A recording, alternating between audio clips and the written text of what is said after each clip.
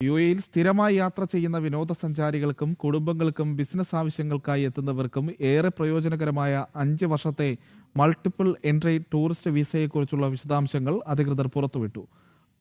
ICP, GDRFI വെബ്സൈറ്റുകൾ, ആപ്പുകൾ, അംഗീകൃത ടൈപ്പിംഗ് സെന്ററുകൾ, കസ്റ്റമർ ഹാപ്പിനെസ് സെന്ററുകൾ എന്നിവ വഴി വിസയ്ക്ക് അപേക്ഷിക്കാം.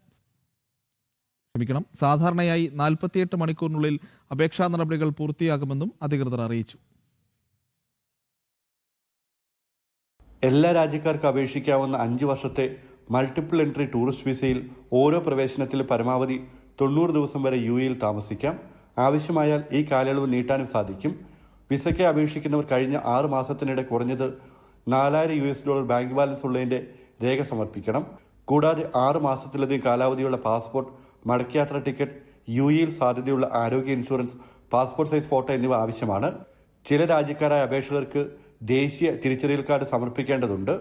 1 വർഷത്തിൽ പരമാവധി 180 ദിവസം വരെ മാത്രമേ ഈ വിസയിൽ UAEയിൽ താമസിക്കാൻ കഴിയൂ. വിസ ലഭിച്ചതിന് ശേഷം 60 ദിവസത്തിനുള്ളിൽ ആദ്യ പ്രവേശനം നടത്തണമെന്ന നിബന്ധനയുണ്ട്. വിസ ഫീസ് അപേക്ഷിക്കുന്ന സംവിധാനത്തിനനുസരിച്ച് വ്യത്യാസപ്പെടും. ഫെഡറൽ അതോറിറ്റിയായ ICP വഴി അപേക്ഷിക്കുമ്പോൾ ഏകദേശം 3375 ദിർഹവും, ദുബായ് GDRFI വഴി അപേക്ഷിക്കുമ്പോൾ ഏകദേശം 3713 ദിർഹവുമാണ് ഫീസ്. അപേക്ഷകൾ അപൂർണമായ രേഖകൾ കാരണം 3 തവണ വരെ തിരിച്ചയക്കാം. 30 ദിവസത്തിനകം തിരുത്തി സമർപ്പിക്കാത്ത പക്ഷം അപേക്ഷ റദ്ദാകും.